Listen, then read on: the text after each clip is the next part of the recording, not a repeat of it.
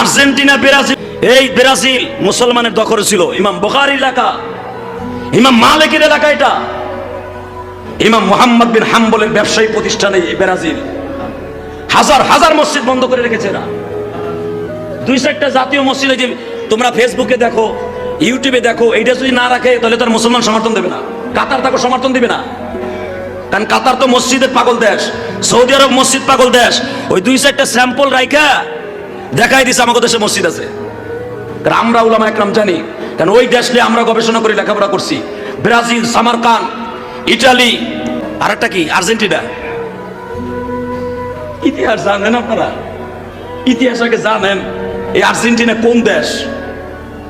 Argentina কি কলিজা ফাইটা যায়। হয়তো আমার কথা আপনার ভালো লাগবে না, আপনি আমার বকবেন, আমি জানি। আমি এই কথা বললে আপনি আমার বকা দিবেন, কিন্তু আমাদের কথা সত্য মনে হবে যেদিন কবরে যাবেন। এই আর্জেন্টিনা হযরত ওমর রাদিয়াল্লাহু তাআলা বিজয় লাভ করেছে। এই আর্জেন্টিনা নদীর পারে ওমর রাদিয়াল্লাহু তাআলা, ওমর ইবনে আস আযান দিয়ে এটাতে ফাতেহ করছে। আজ থেকে কয়েকশো বছর আগে এই আর্জেন্টিনা বিজাতিরা নিয়ে গেছে, যেখানে প্রকাশ্যে আল্লাহ বলতে পারে না। শুধু আপনাদের খিদমত আরজ করি, যেই দেশে বিয়া বলতে কোনো শব্দ নাই, যেই দেশে আল্লাহকে আল্লাহ বলে স্বীকার করতে দেয় না, ওই দেশে সমর্থন কোনো মুসলমান করতে পারে না।